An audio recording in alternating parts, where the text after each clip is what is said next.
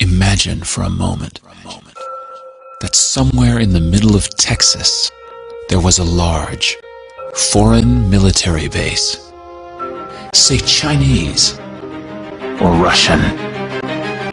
Imagine that thousands of armed foreign troops were constantly patrolling American streets in military vehicles. Imagine they were here under the auspices of keeping us safe, or promoting democracy, or protecting their strategic interests. Imagine that they operated outside of US law and that the Constitution did not apply to them.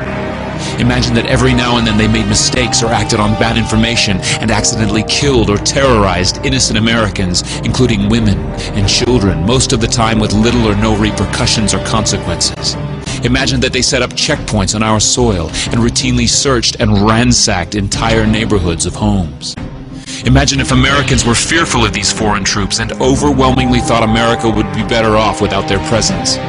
Imagine if some Americans were so angry about them being in Texas that they actually joined together to fight them off in defense of our soil and sovereignty because leadership in government refused or were unable to do so. Imagine that those Americans were labeled terrorists or insurgents for their defensive actions and routinely killed or captured or tortured by the foreign troops on our land. Imagine that the occupiers' attitude was that if they just killed enough Americans, the resistance would stop, but instead, for every American killed, 10 more would take up arms against them, resulting in perpetual bloodshed. Imagine if most of the citizens of the foreign land also wanted these troops to return home. Imagine if they elected a leader who promised to bring them home and put an end to this horror. Imagine if that leader changed his mind once he took office.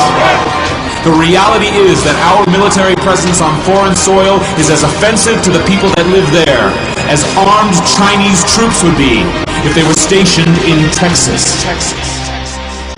Shutting down military bases and ceasing to deal with other nations with threats and violence is not isolationism. It is the opposite.